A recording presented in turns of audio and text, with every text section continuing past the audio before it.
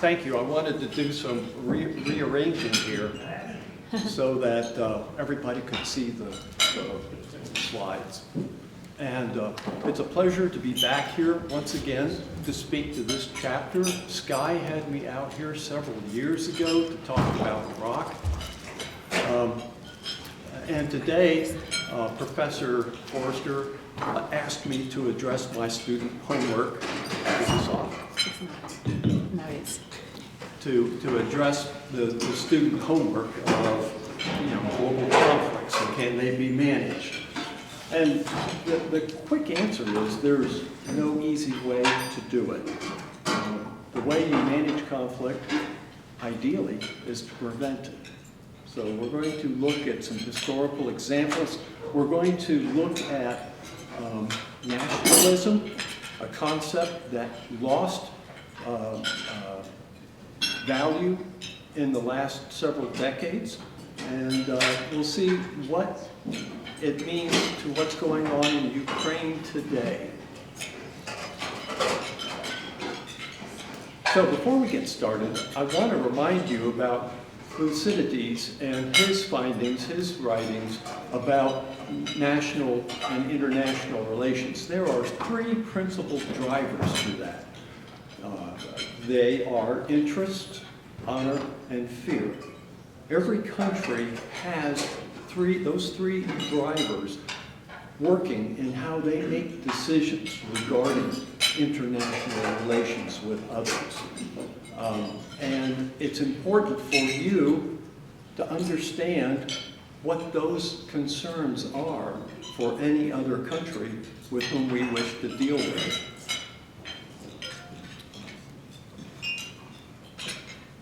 Now, let's talk about what is nationalism.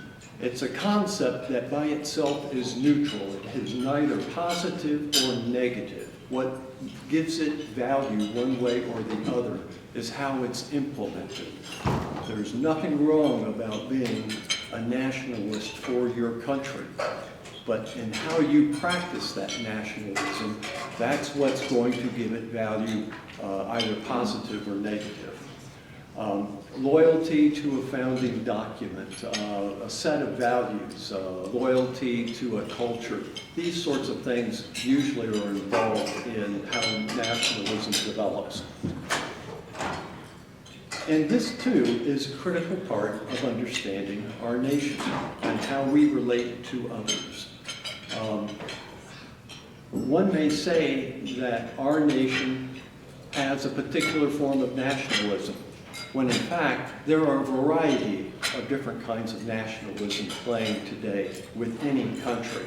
But there's always one that predominates. And as we go through some of the discussions today, you'll see that come out. This is a list of generally recognized forms of nationalism, and the first six are the ones that we are most concerned about today. I need to change my glasses here. We have a variety of different forms of nationalism. We like to think of the United States as being one where it's an ideal-based nationalism that has civic attributes. That we recognize that man has inalienable rights, among them the rights to life, liberty, and the pursuit of happiness. Other countries have nationalism at play that's different. You have cultural, such as what you find with the Kurds. One interesting piece of information for you is if you look around the globe today, for the largest cultural entity in the world that does not have its own country, it is the Kurds.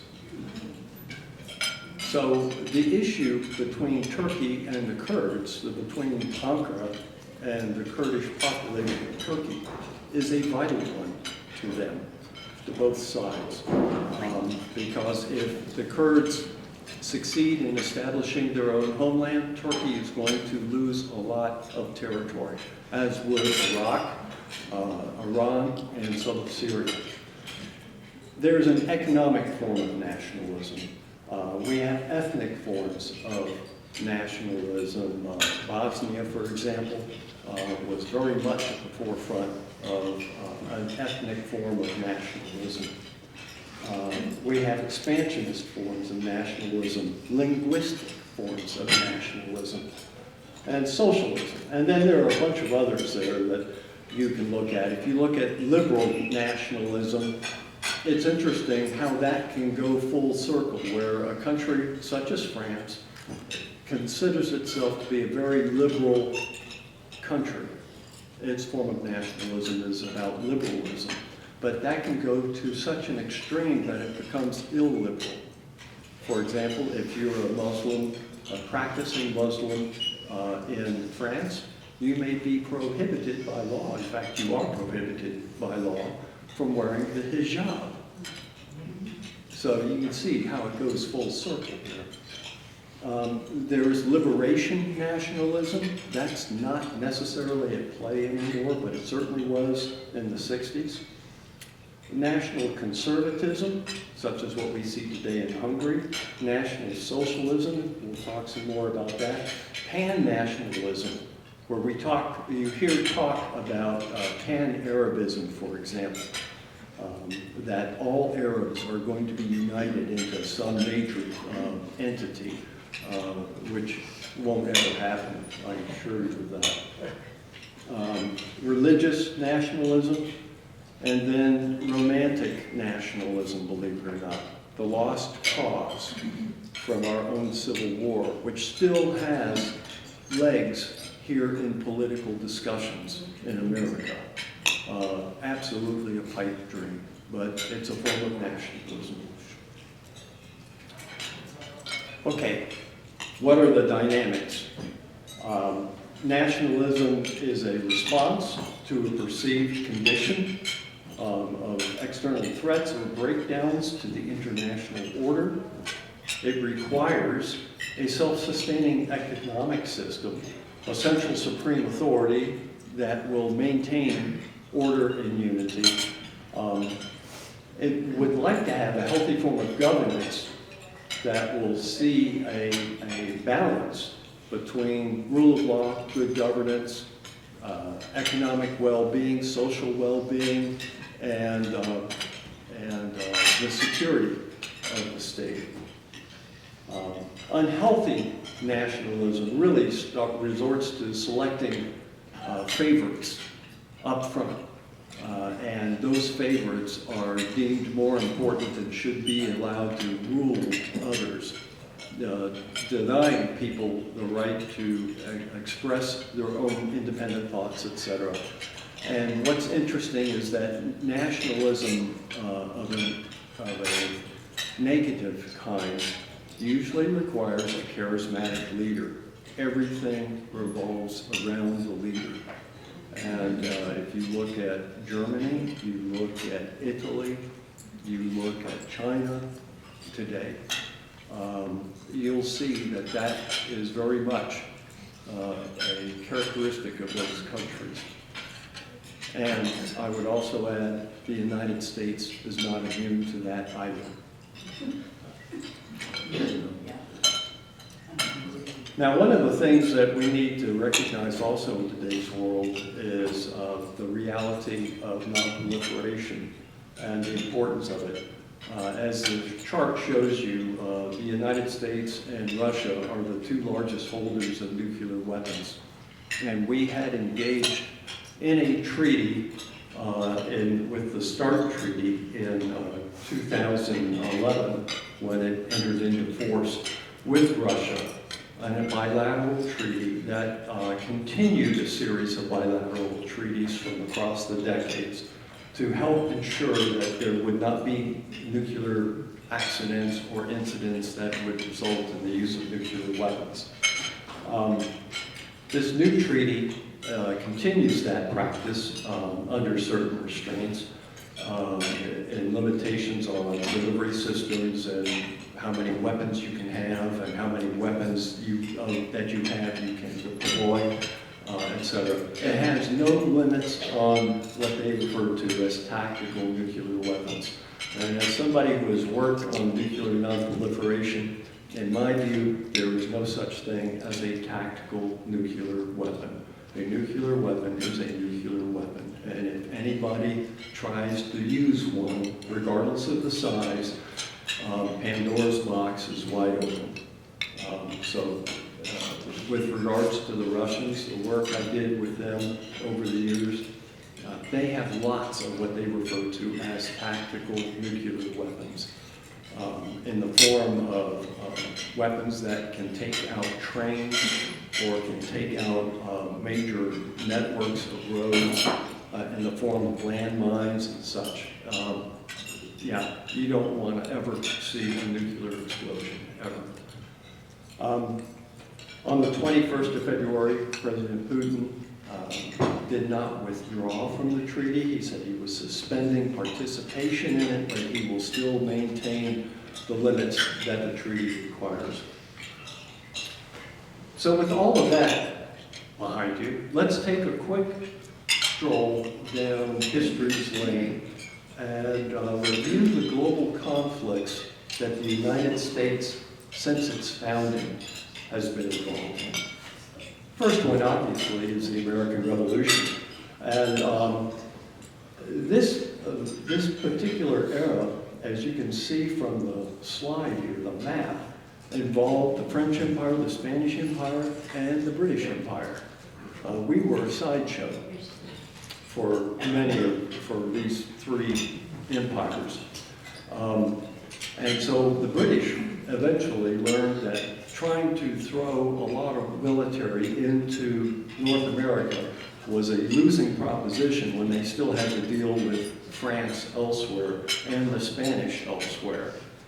And so that helped lead them to agree to allow America its freedom.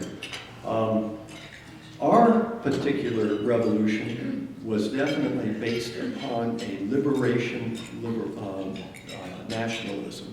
We wanted to liberate the 13 colonies from the empire. And so that colored how we then began to think about our own political evolution, whether we were going to be a particular kind of new royal country that some of our founding fathers are said to have favored, to one where we were going to be more collaborative that entered into the Confederation. Not long afterwards, we had the Napoleonic era, which began in 1803 and ended in 1815. Again, you saw empires involved. Some were focused on imperial expansion, as well as economic nationalism, the continental system that Napoleon developed to impose economic costs on England in an effort to force the British to accede to the demands of Napoleon. Once again, we were a small actor, a sideshow, because we were concerned about our ability to conduct our own trade on the high seas without the British interfering with it. And as you can see from the map, this stretches over a 12-year time frame where the United States actually grew with the acquisition of the Louisiana Treaty. And of course, we had Britain and Spain lined up against the French and Napoleon's efforts to create his own domination of the world. One of the benefits of the end of the Napoleonic era was the Vienna of Congress, or Congress of Vienna, I'm sorry, that sought to establish a system by which global imperial wars would not be fought again. And it largely succeeded. For the next 70 plus years, there were wars, but they were considered small wars in Europe. But you didn't have these major world conflicts where empires were going after each other in various places in Latin America, Africa, or Asia. Again, the nationalism that was involved here was one that a type that included a lot of different forms of nationalism. But the victors of the Napoleonic era wars vowed that they would not go to war with each other, and they were generally quite successful. Nonetheless, during that time, there were new pressures that were building on the world, new technology, new strategic concepts, emerging interests, combining with a variety of different forms of nationalism until there was a march to war that nobody could stop. And if you remember your World War I history, the famous issue within Germany when the Emperor of Germany asked his Prussian General Staff, why can't we stop this before the shooting starts? And the answer was, we have train schedules to keep. We have plans that we have to continue to move. Otherwise, everything falls apart. And the idea that Germany could exist between a very strong French-British Union and the Russian Empire was going to grow as a major existential threat for Germany. And with that argument, they convinced the Emperor of Germany, Kaiser Wilhelm I, to continue the march to war. Political control of the crisis was lost very early on because of that.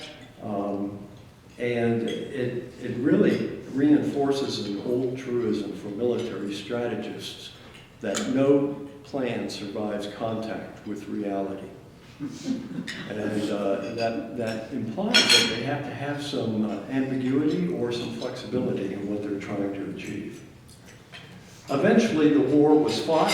The United States became a partner of this war late in the war. And as such, we were never technically an ally of the others who fought for Western Europe. We were an associated power.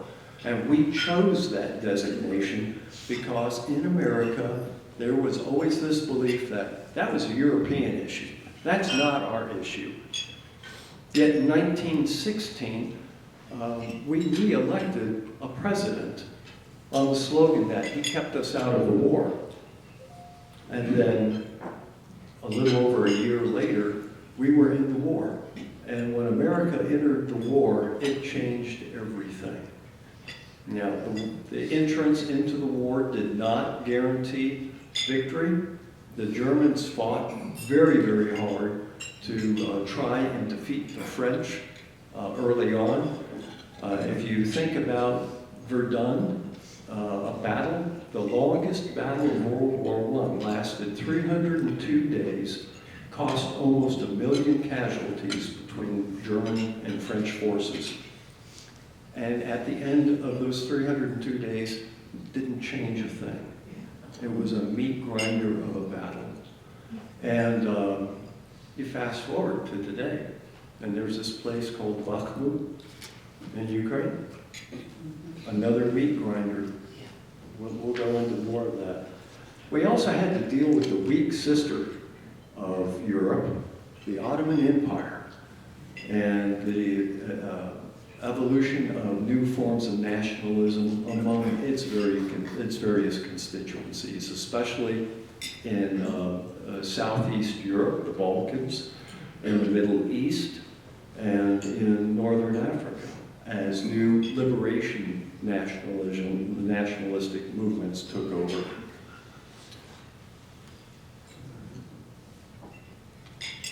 So there was a period of about 20 years, what we refer to as the interwar years, between 1919 and 1939, where we thought we had resolved the issues of World War I, when in fact all we were doing collectively was taking a deep breath, trying to ignore what was going on, and allowing different kinds of nationalism to take root across Europe.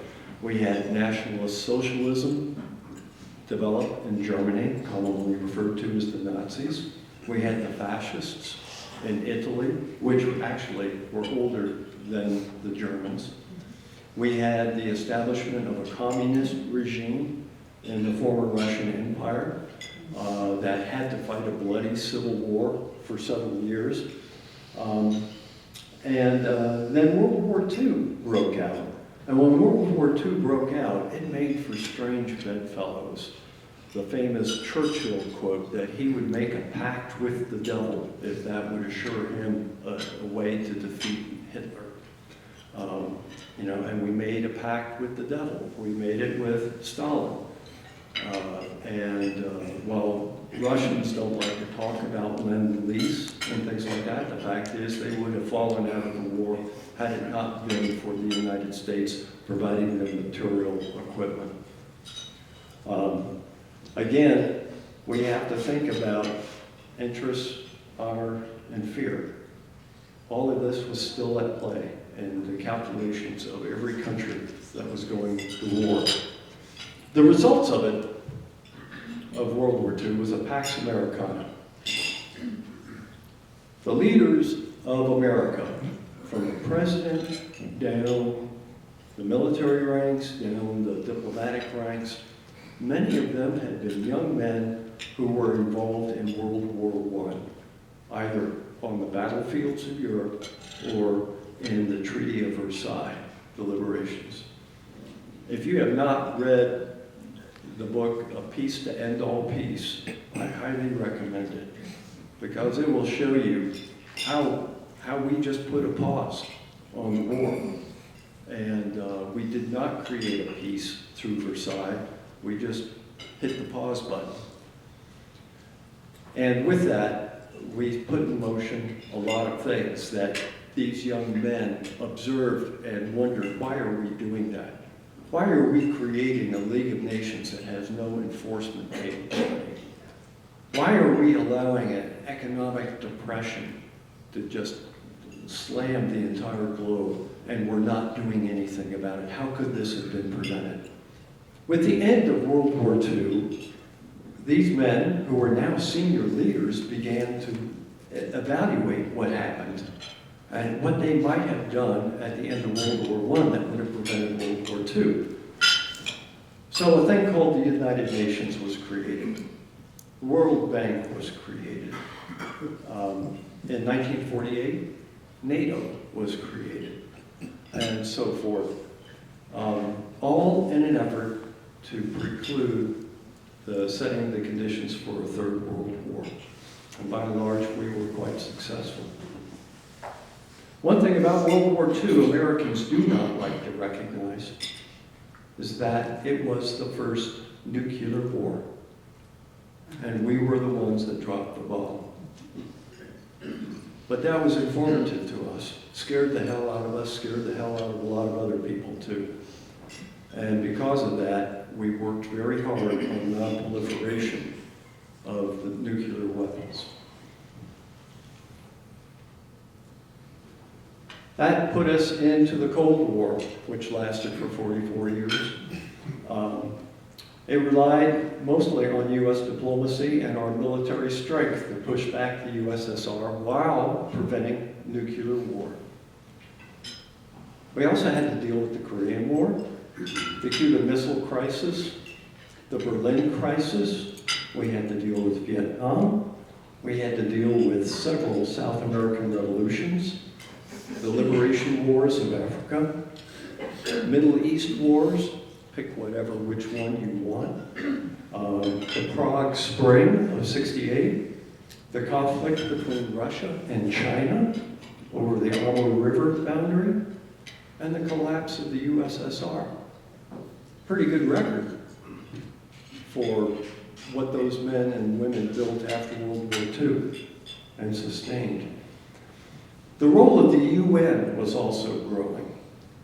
It began with peace operations that observed and reported violations of mandates to the UN for discussion amongst the UN Security Council. If you look at Cyprus, the first peacekeeping operation that began in '48, it's still going on. Its mandate only allowed for reporting violations of the mandate.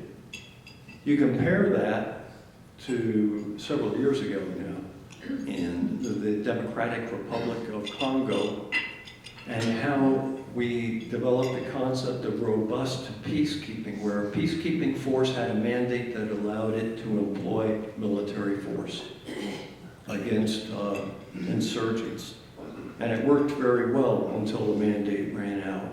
And now we're seeing a repeat in eastern Congo again of the rise of new insurgent forces, most of them based along the ideology, the religious nationalism of ISIS.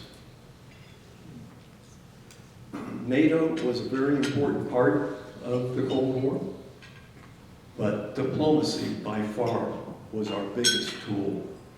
And Americans need to recognize that the first line of defense is not the US military. The first line of defense are the diplomats. And yet, we do a lousy job of empowering them. So now, we have the conflict on the war of terror that has recently been decided to have ended. Note the lack of large coalitions in this map. Many of the countries that you see highlighted are highlighted because they were victims of terrorist attacks. Terrorist attacks that were driven by different forms of nationalistic motivations. The numbers refer to targets that ISIS or Al-Qaeda attacked over the years, such as the number one down in East Africa refers to the twin embassy bombings in Dar es Salaam and Nairobi. Obviously, number two refers to 9/11. Number three is the Bali bombing done by Al-Qaeda. Number four, Al-Qaeda's attack on the Spanish train system that killed more than 200 passengers in a single day. Number five, attacks in the UK. Number six, the attack on the hotels in Calcutta. One thing I would bring up is that one thing it's not mentioned on this slide is Beslan, Russia. Anybody recall what happened in Beslan, Russia? Yeah, I do. Yeah, the school was attacked. More than 330 people were killed, to include 189 school children. What makes that significant is that up to that point, President George W. Bush and Vladimir Putin actually were getting along pretty well for two international leaders. And then this attack occurs, and it's by Chechen rebels. And Putin thought again, well, wait a minute. The Chechens did this, and why aren't the Chechens being assailed by the Americans? They're going everywhere else and assailing terrorism around the world. Why aren't they doing something with the Chechens? And instead, what had happened, something that a lot of Americans don't know about, is that we had just offered a senior Chechen leader sanctuary here in the United States as a refugee. And Putin put two and two together, and he said the Americans can't be trusted. And that began the slide downward in our relations with Putin. Another thing to recognize as Americans is that 9/11 had an immense impact on the Bush administration and its policies. It had just been in office, not long, a little over a year, when 9/11 occurred. And from some very senior members of that administration that I've had conversations with, that changed the entire perspective of that administration. Before then, there was a heavy domestic agenda that President Bush wanted to push. Afterwards, 9/11 and the war on terror colored everything. Everything was being re-examined through the eyes, the lens of counterterrorism. And you all lived that when you went to airports and things of that nature. So we've had 4 different kinds of, or at least 3 different kinds of eras. We've had the Cold War, we've had the post-Cold War, we've had the war on terrorism. Now we have what I refer to as resurgent nationalism, as the new national security era, where we're going to have a lot of things happening around the world, and that the world is not going to be unipolar. The United States is not the only game in town anymore.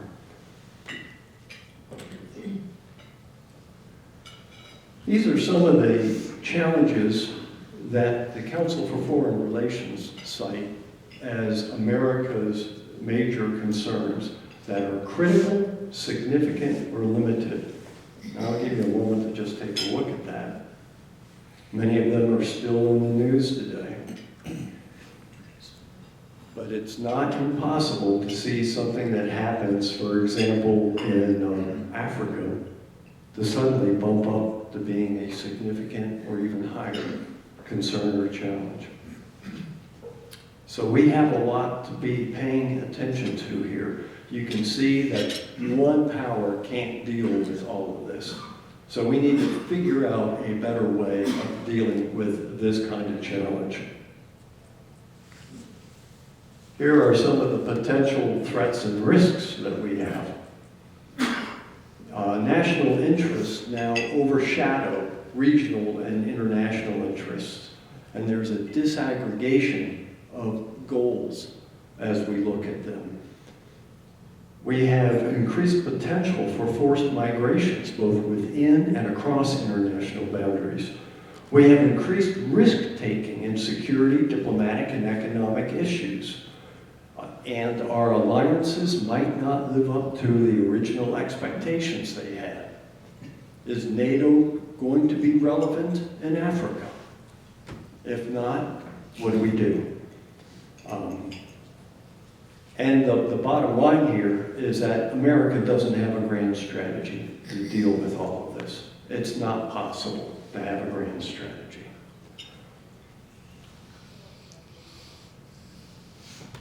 Now, countering negative nationalism begins with a unifying narrative for America.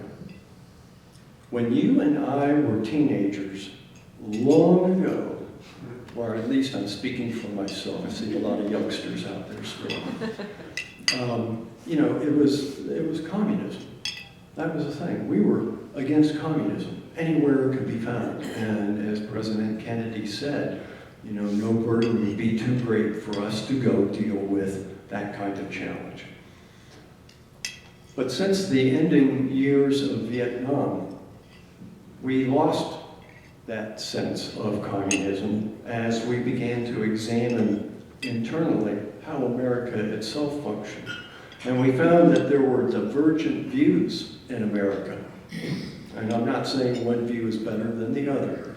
There was just a divergence. And we no longer have a unifying narrative in America that everybody can say, yeah, that makes sense. And you can assemble a group of experts to try and come up with that unifying narrative. And I'm afraid that it won't really help because the way our politics are today, it just causes those who oppose that narrative, that proposed narrative, to dig in their heels and say, no, that's counter, that's wrong, they don't know what they're talking about. And it just further divides Americans up again. This is a question I have for you. How do we get beyond that point? How do we develop a unifying narrative for Americans? And I don't have an answer for it. But I think some of you probably have some ideas that would be worth listening to. We have diplomacy, humanitarian assistance. They can be counters to negative nationalism. Many of you remember the Sandinistas taking over Nicaragua years ago. And up to that, or since that point, in 78, I think it was, America had a very difficult time getting into Nicaragua in any way, shape, or form. Earlier, Rusty mentioned my work on Hurricane Mitch, a Category 5 hurricane that hit Central America in October of '98. Dropped 99 inches of rain in 3 days on 4 countries in Central America: Honduras, Nicaragua, Guatemala, and El Salvador. 99 inches of rain. I stand 77 inches tall. So in 3 days, they had valleys that were being filled up. They had new valleys that were being created. 32,000 people lost their lives. Many bodies had never been recovered. The work that we have been supporting in demining both Nicaragua and Honduras from the civil wars came to a halt because minefields that we had identified for deminers to go into and take out the mines, those minefields all washed away. Where did they wash away to? To the bridges, the underpinning of the foundations of bridges, and got them up there, which just meant transportation routes were now lost. How did we get into Nicaragua? It was because of the humanitarian assistance that America offered Nicaragua. Because we were willing to extend a hand to help Nicaragua get out of the issues of Hurricane Mitch, as we did to all the other countries too. A tremendous success that took a lot of years. And we were working well with the Nicaraguans until political change occurred. And Ortega is now back in power there. We have deterrent alliances, NATO obviously. The United States maintains 5 bilateral alliances in Asia, which have always been a thorn in the side of the Chinese. And they are being rejuvenated now under the current administration. We have coalitions of willing, Desert Storm, Desert Shield, counter ISIS, Ukraine. That's more of a coalition of the willing as it stands right now, even though NATO and the EU are heavily involved. The rules of NATO make it very difficult to say it's an alliance activity. And then finally, not to be the last, healthy civil society organizations and international organizations that can work in any particular country to help relieve the suffering of the civilian population or to help protect them. UNICEF, the International Organization for Migration, the International Committee of the Red Crosses and Red Crescents, etc. All very important to countering negative nationalism.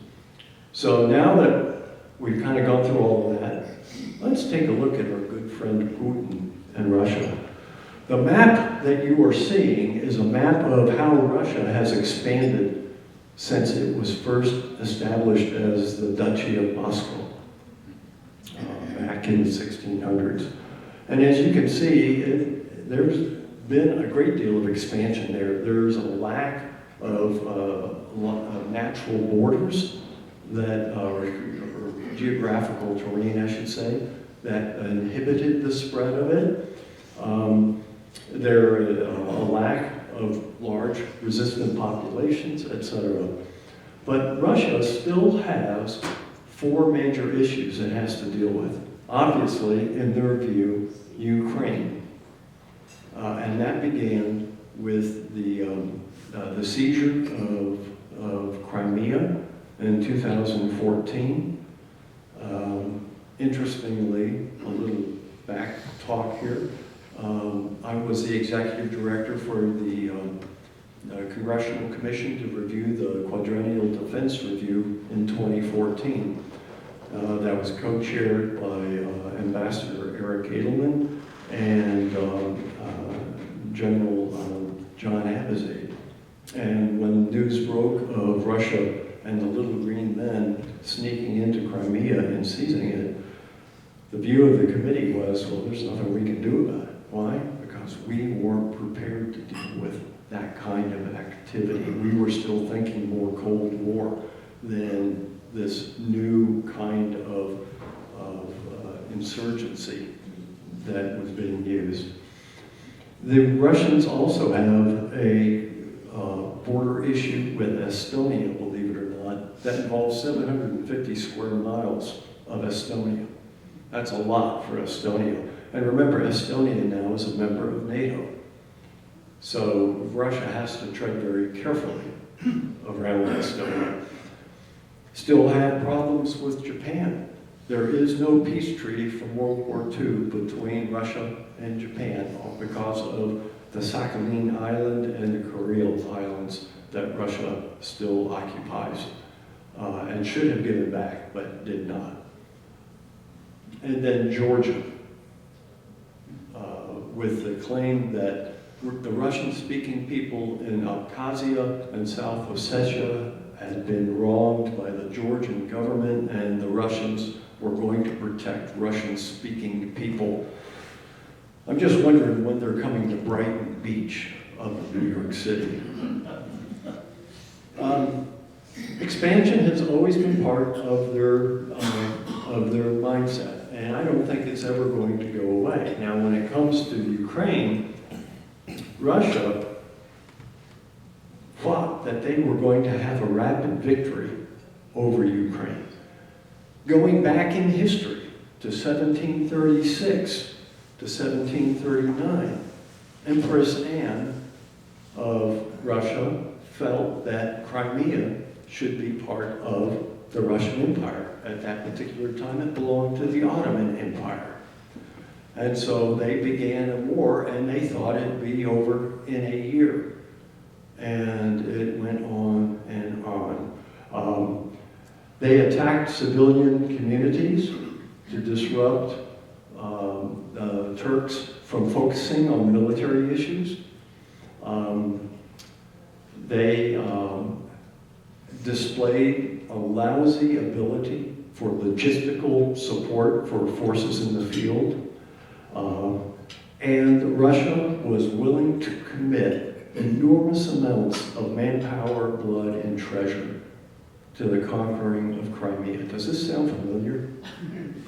You know, they tend to keep going back and doing what they have done before, and so now we're seeing it in Ukraine.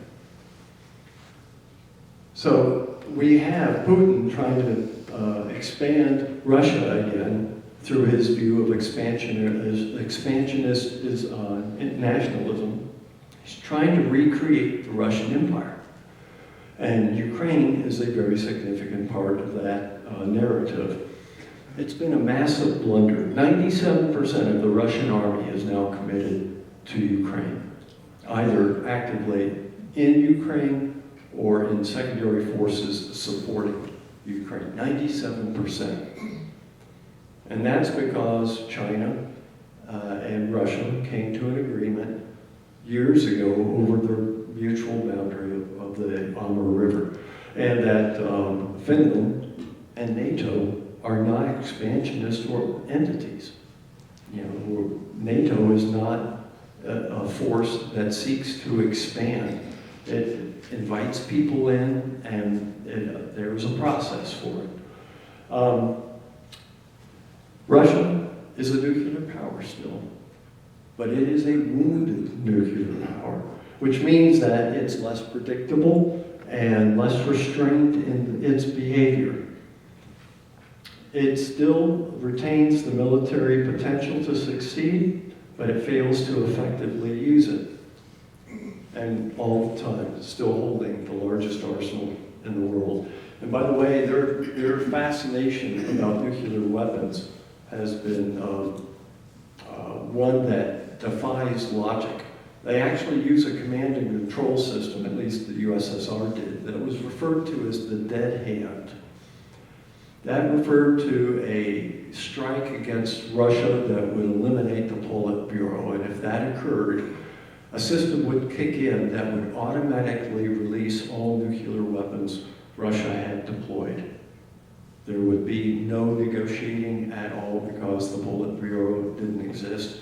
And an autocratic system, that's a common way of thinking. If the autocrat is not there, then there's no reason for the country to exist.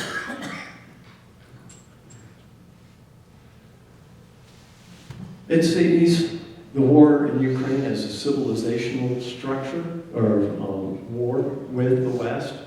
It's going to do what Empress Anne did, commit a huge amount of blood and treasure to it. One of the ways that it does it, though, is really archaic. You keep hearing about mobilization of Russians into the military. Just a quick show of hands, how many have ever been in the military in this room? A number of you. And where did you first go to? You went to basic training somewhere. That's not how Russia does it. Russia will assign you to a regiment somewhere, and that regiment does the basic training for you, which means that you don't have common skill sets among Russian soldiers. You move from one unit to another unit, and what you know may not even exist in your new unit. And this leads to confusion, both for command and control and for actual implementation of tactics. As we all know, if you're on the front lines, it has a very Darwinian nature to it. One learns very quickly how to fight and survive, or they become a casualty. And in Ukraine, that's being played over daily.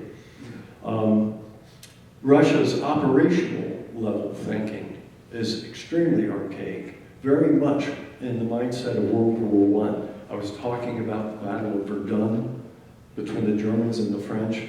That's how Bakhmut has turned out.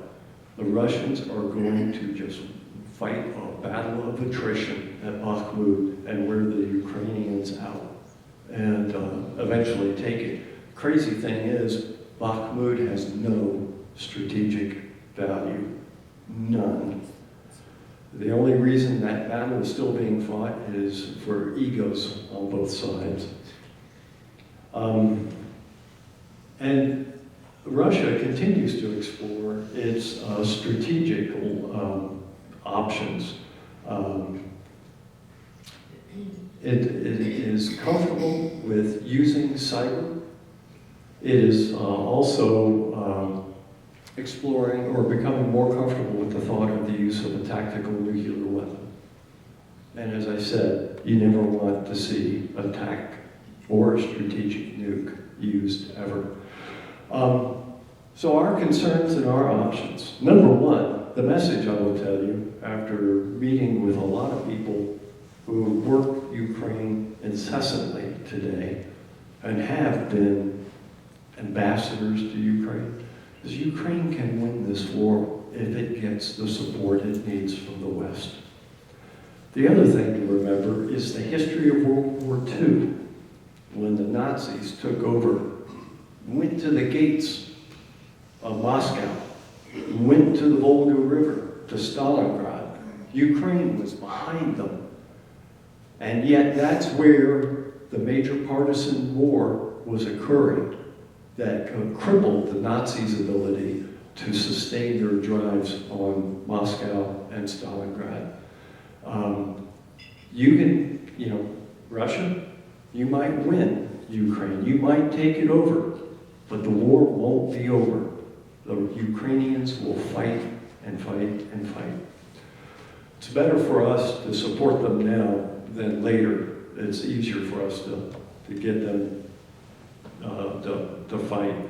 The important thing about fighting in Ukraine is that we never allow international borders to be violently changed in today's world. Should never allow that. There is a bit of, I think I've talked about grand strategies. I don't think that there is one that can be developed for this era. And so we need to think about other ways to help the West deal with issues of this kind.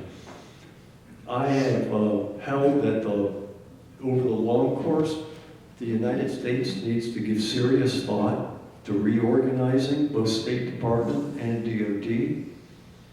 If you look at the maps of the world written by DoD and how its command structure is set up around the world, and the maps of the State Department and how it divides the world up among its various bureaus, there is no commonality. None. And that kind of amazes me. We're in an era now where people in the region should be the ones making decisions. The idea that everything gets run out of the National Security Council is outdated, outmoded, and eventually will harm our security interests.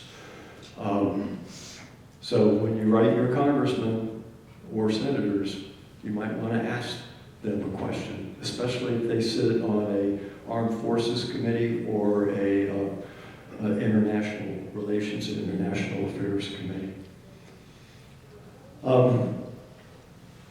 And as you can see, we got to prepare for the long haul here. We have to have ambiguity in some of our responses to Russia and to China. We can't focus on China alone, which is what the news appears to be portraying. We can't say to the Europeans, Russia's yours, you take care of it, because they can't, and that has been proven before. America is the essential nation, whether you like it or not. That's us. In the long run, we've got to keep in mind that what we want is a stabilized relationship with both Moscow and Beijing. How we get there is the big unknown. So, in summary, how can we manage conflict?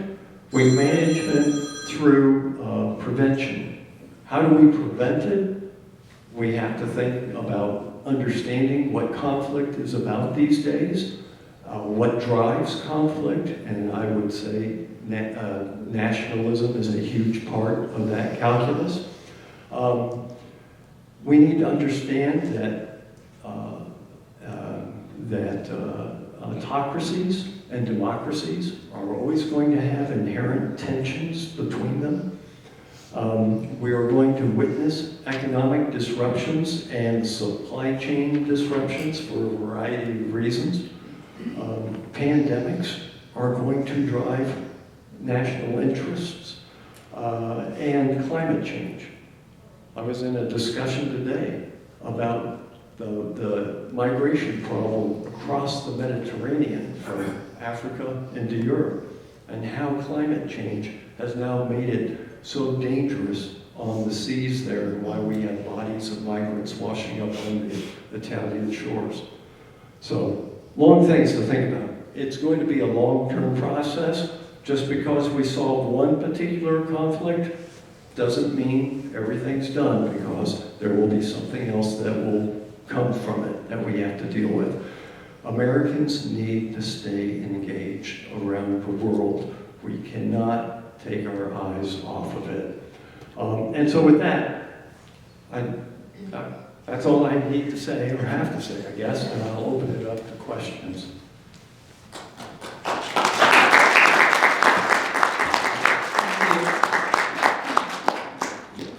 Okay, we will begin with a Q&A.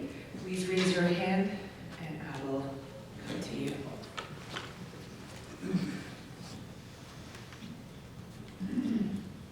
What an incredible historical review. Yeah. Magnificent. You mentioned that diplomacy ought to come before military intervention, and yet, where are the statesmen and women who might make an impact? Is Blinken the best we got? Well, I'm a believer in training and education. And I don't think that America has placed enough emphasis on training our students in high school to have an interest in a career in diplomacy. If you go to Washington, D.C., you will find young adults serving as interns in a variety of organizations to try and gain some on-the-job experience. At my old organization at the U.S. Institute of Peace, we had a lot of interns. We called them research fellows, from George Washington University, from Howard, from Georgetown, from George Mason, variety of schools, who were interested in getting a career started in the State Department or USAID. And they had a difficult time doing that for a variety of bureaucratic reasons, you know. And for some of those organizations, like at State and at AID, you find Congress cutting funding for them. Well, that kind of limits how many people you can assess into the service or keep in the service. So it's a difficult challenge. That's why we need a really heavy review of both organizations to make sure that they are, you know, hitting the mark. But you raise a very valid concern. Sir? I don't know if I'm still muted or not. Can you hear me? I can. Dave Finkelman, another retired colonel. There are a lot of them around. We're a dime a dozen, aren't we? But you started talking about beliefs. And I don't know if you used it in this context, but a belief is something that you can't deal with. You can't change their mind because it's not based on fact. And no evidence will change them. So how do you deal with the intransigence of belief? You know, that's a great question. That was part of the definition for nationalism, is that it's a belief in a particular narrative. And that's absolutely true. When it defines some group at an existential level, they're never going to fall off of that belief. So how do we cooperate and get along? Well, in the United States, we've managed to work quite well over our history, relatively speaking, dealing with the issue of religion in the state.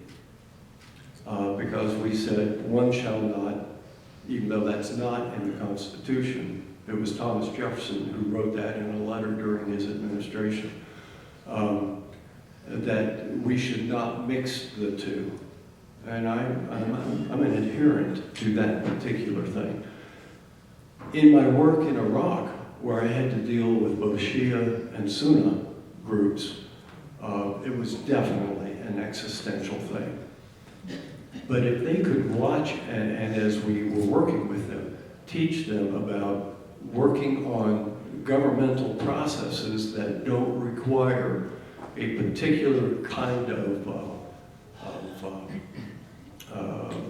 creed to be adhered to or something like that, that we could help the Iraqis reestablish a form of government. They're getting there, but they've got a long way to go because you just can't turn it on and off. That goes with ethnic beliefs too. You know, you look into the Balkans where some people see themselves having greater value in the scheme of things than another ethnic group, and vice versa, and that leads to conflict. It's getting people to sit down and talk with one another. One of the things that we don't do well as Americans is help people find a common interest to talk about. So using your example, you know, we could say, well, we've got this religiously based tension between us. As long as you and I recognize that we've got a religiously based tension between us, we can talk about it. I may not agree with you, and vice versa, but at least we can talk about it. We don't have to pick up guns and shoot one another. In many cases of conflict that I have dealt with around the world, that's been the tough thing to get people to do. Look at Northern Ireland. We're going to celebrate the anniversary of the Good Friday Accords, not too distant future. You know, that took years to get the Catholics and the Protestants to identify a common interest to sit down and talk about.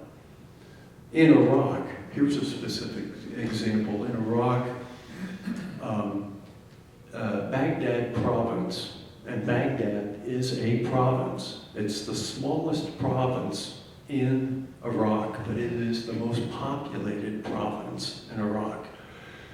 The southwest corner district of the province, Mahmoudiyah, is a small town that sits in the middle of some of the greatest farmland you will find in the world. If you go out to Kansas or Nebraska, it's that kind of soil. It's where the Tigris and the Euphrates come closest together. And Saddam used that land to take away from Shia tribes and give it to Sunni clansmen, his people. And so the town itself stayed Shia, because that's where many of the population, much of the population was located.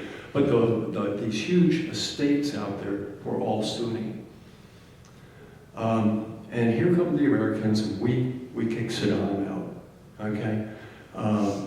We're trying to get forces out of Iraq. So before we know it, the Mujahideen, the insurgents, have moved in and taken over Mahmoudiyah, the farmlands, the city. And the sheikhs, the Sunni sheikhs that owned all the farmland fled the country. They went to Amman in Jordan. And then Al-Qaeda comes along and it kicks out the insurgents. And now Al-Qaeda is imposing its will on everything. And in 2000, I guess it was early 2007, when we began the surge, and American military forces were brought in, David Petraeus sent one of those brigades to Mahmoudiyah to work with the Iraqi army and kick Al-Qaeda out. And they did it quickly.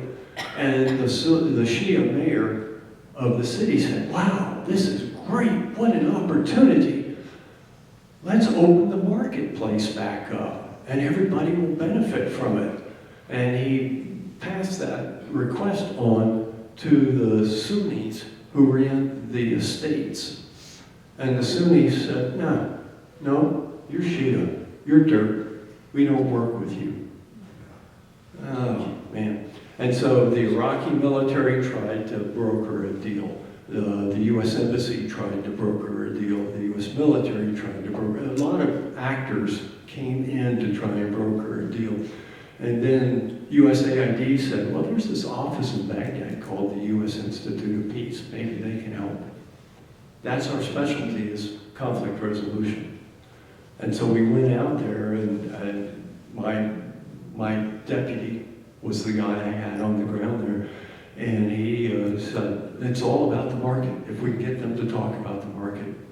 Well, to get them to talk about the market, so we had to go to Amman, and we had to pick off the 6 sheikhs, one by one, to get them to agree to instruct their people back on the estates to talk about reopening the market.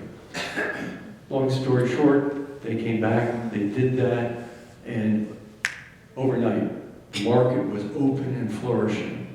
And what did that mean? You know, they had a common interest, reopen the market.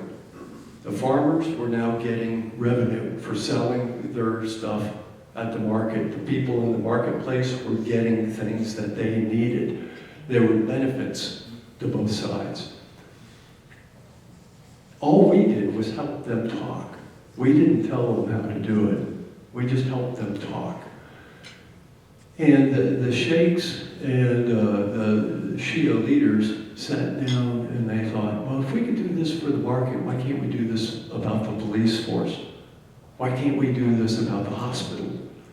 Why can't we do this about schools? And on and on. And so the process continued for another 4 months until Mahmoudiyah had it all figured out. And then everybody went on national television in Baghdad and signed an accord. It's called the Maghmoudiyya Accord. And years later, when ISIS came in, this was the one part of Iraq where the citizens took up weapons and fought ISIS because they knew what they had at stake, because they had built it. And ISIS never took Maghmoudiyya. That's how you get people from different perspectives to begin to work together. You get them to identify a common interest and begin to, connect there, and then other things will begin to happen. The same thing happened in Northern Ireland as well. Yes, sir. That's a very encouraging story of success. I appreciate hearing that. Actually, when it was asked, the previous question reminded me of Churchill's definition of a fanatic as someone who could never change his mind and wouldn't change the subject. So it's really encouraging to know that you can see pragmatic ways to find common interests. My question concerns containment. George Kennan brought it to us as a policy for dealing with the Soviet Union. And now the Chinese are reminding us of the term as a means of restraining them, a revisionist power, from their growth. How do you address that kind of a situation where you have a revisionist power coming up against a maturing, aging superpower, and it just seems so much like the actions of Imperial Japan and the same kind of dominoes that we've seen in the last centuries. How would you address the issue of containment in China and the Pacific region? I would tell you that containment's no longer possible. And it's not possible because of globalization. And we saw what happened when China shut down from the pandemic. Okay? And remember, the situation, the comparison of containing the USSR is different from China. The USSR tried to emulate in its own form and fashion its own equivalent organizations. So you had NATO, okay, you had the Warsaw Pact. You had the European Economic Community, okay, you had the Comintern.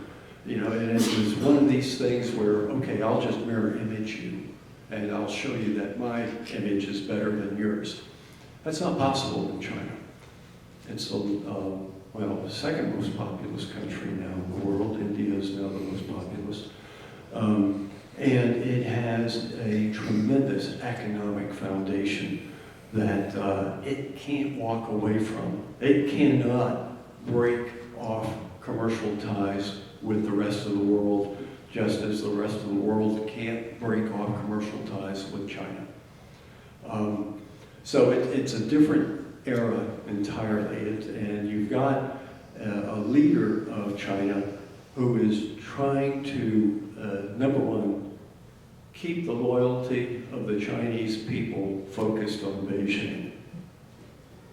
And to make that happen, it's all about energy.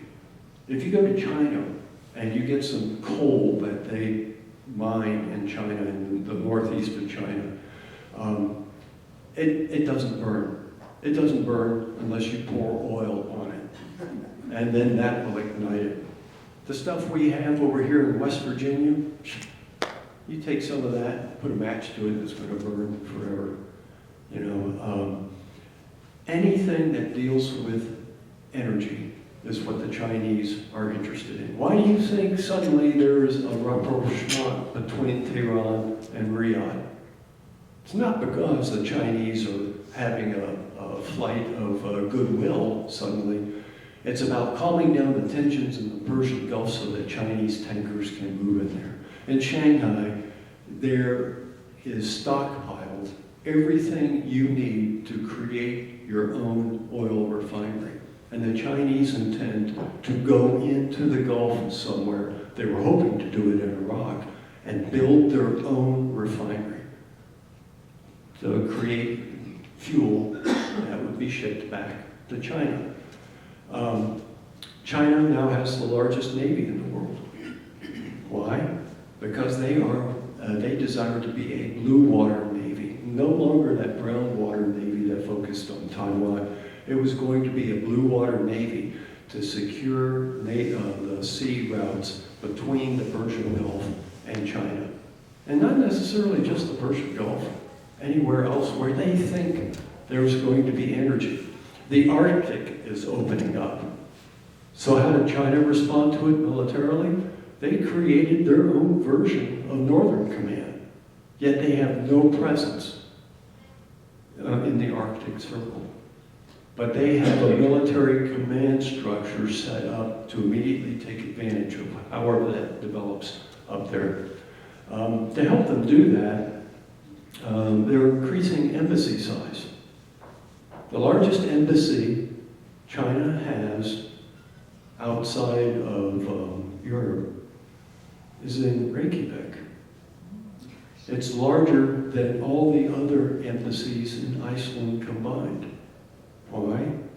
Because they're anticipating fuel coming from the Arctic and they want to get in there right away. Anything that has to do with energy is what Xi Jinping is number one focused on. Number two, Taiwan. His legacy, he wants his legacy to be that Taiwan becomes part of mainland China again. And that's the flashpoint there. So, yeah, it's just, buckle in. Yes, sir. Sir, can you explain Kaliningrad or Königsberg, how it came about, what it strategically means to us, and how we possibly might be able to deal with it when a conflict with NATO arises? It seems analogous to Crimea and Sevastopol on the other end, and it seems germane to your talk because... Yeah, no, you're absolutely right. Kaliningrad was created at the end of World War II by the Russians because they did want a seaport that was out there that could interdict the the Baltic Sea routes. Additionally, it provided a place for Russia to stockpile significant weapons when Warsaw Pact existed. With the demise of the Warsaw Pact, Kaliningrad became a thorn in the side of Poland, and it is not considered occupied territory. It is considered part of Russia. Internationally, it is accepted that way. So it's not like there's going to be any resolution that says, okay, the Russians will be good guys and give it back to Poland. No. The ports there lend themselves to Russian naval activities, just as Sevastopol does in Crimea. What can we do about it? I think they know that if they do something that originates in Kaliningrad, it won't exist for long. The largest army, other than Spain, and at one point the United States and NATO today, is the Polish army, bigger than Germany's. And the Poles are getting an enormous amount of American support. We now have two major headquarters posted in Poland. We are constantly training land forces with the Polish forces there. It's much like the new Germany of the 1980s. So, the only thing we don't have in Poland, as I understand it, is an air base. It's all still in Germany, but that's just next door. So, yes, sir. Thank you very much, and we're very grateful for the presentation that you've given. You've had a very successful career in the military, including the NDU. Can you give us some ideas on how the military, your military career, gave you and colored your perspectives as a peacekeeper? And maybe a follow-on question would be, how can the United States learn humility? Well, I don't want to turn this into I was great. I was a young lieutenant and wasn't sure I was going to make the Army a career. And I think many of you felt the same at that early age. But when I was assigned to an infantry battalion and I did infantry things, that changed my perspective entirely about how to work with people and the mission of the Army. But I always had this desire to learn more, so I constantly read military doctrine, military history, and kept trying to expand myself. Eventually, when I was at the Command and General Staff College, I applied for the School for Advanced Military Studies, the SAMS program, which took me to a whole new level and essentially ended my career for the most part as a communications and signal corps officer. The managers of signal corps officers couldn't figure out what to do with a guy with my expertise. And so I went back to Germany as the plans officer for a Mech Infantry Division. But in doing that, it exposed me to more perspectives, nuanced perspectives about warfighting. In Desert Shield, Desert Storm, that was a whole new experience that exposed me to warfare. It was my first war, and as many of you know, if you've ever been in a war, you don't want to have to go back and do it again. And warriors tend to be people who think peace is a good thing. That continued on throughout my time until I went to Iraq as a member of the Office of Reconstruction and Humanitarian Assistance. And I wound up working with what was left of the Iraqi army. And one major thing about dealing with defeated militaries is that you have to work with them in a way that gives the former service members hope that they still have a stake in the future of their country. It could be in the way of being an educator or being a skilled craftsperson of some kind. It could be as being a police officer or being a member of the new military. And so I was working with a group of Iraqi officers who had registered more than 139,000 Iraqi soldiers who wanted to go through what we call the DDR process, the disarmament, demobilization, and reintegration process, which would take an individual and help sever the tie with the old school military, and then evaluate them to make sure that they aren't war criminals sneaking through the system, and put them through a variety of lanes, whether they want to be a carpenter, a mechanic, etc., or join the military, whatever. And at the end, they come out, and if they are a new mechanic, we, the United States, give them a mechanic's toolbox and take them to their hometown, and there they are. They can live happily ever after. If they want to be a soldier, they go through basic training and begin the process all over again. 139,000 of a 400,000 person army. Significant number of people. I was actually back in Washington, D.C.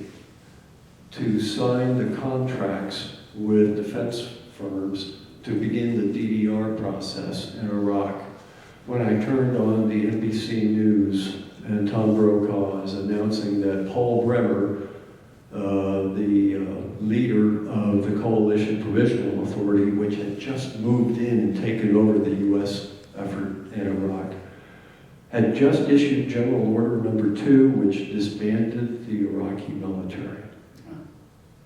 And my boss, Jay Garner, a retired 3-star, called me from Iraq and said, "Paul, do you know anything about this?" And I said, "No, sir, this is news to me." And in that moment, I learned that if you don't work hard at peace, not only with the former belligerents, but within your own team, it can fail. And it did fail, as we all know. For the next 3 months, this disbanded group of soldiers and officers who Bremer said don't exist in the new Iraq were gathering weapons and material, but more importantly, they were watching how the U.S. military worked in Iraq. And on the 19th of August of 2003, they blew up the Canal Hotel, assassinating the UN Special Representative Sergio de Mello and a significant number of his staff, essentially driving the UN literally out of Iraq for a number of months. And we suddenly had an insurgency on our hands. But we gave up insurgency at the end of Vietnam. Those of you who went to Vietnam, you know when you came back, there was a vow made, we're never going to fight an insurgency again. That's not what we do, we fight the Soviet Union. Well, hey, sometimes you don't get a vote, and it was tough. So I thought about that, and I said to myself, why can't people work easily together to pursue peace building? And over the years, I've come to the conclusion, I'm a very jaundiced thinker on this, I've come to the conclusion that the natural condition for mankind is conflict. It is conflict. Whether you're surviving in the jungles of Africa or Indonesia, or whether you're a businessman in New York City, it's conflict in one form or another. And because it's the natural condition, trying to do something that is in opposition to it becomes very, very hard. Doesn't mean that we shouldn't do it. Don't get me wrong. I'm all in favor of peace building, but it is not simply kumbaya. You have to work at it, and it is a constant process that you must work at. And that's why you need diplomats, and that's why you need the humanitarian specialists in AID. That's why you need the U.S. Institute of Peace, a nonpartisan organization that doesn't belong to the executive branch. It works for Congress, and it does a fabulous job in a lot of dangerous places around the world. But because we're not part of the executive branch, USIP does not get security or support from the U.S. Embassy. Only executive branch agencies get that. So earlier, Rusty described me as the Director for Overseas Safety and Security. That was my job, was to make sure that our people, wherever they were in the world, were trained and supported and overseen so that we didn't get into trouble. So, yeah. Yes, sir. You know, sharing the stage with you is this curious portrait that's about your size. And it strikes me that your comments just in your last response is a particularly poignant, you know, a portrait of conflict and chaos. Was that put there by design? Or Masha, that's over to you.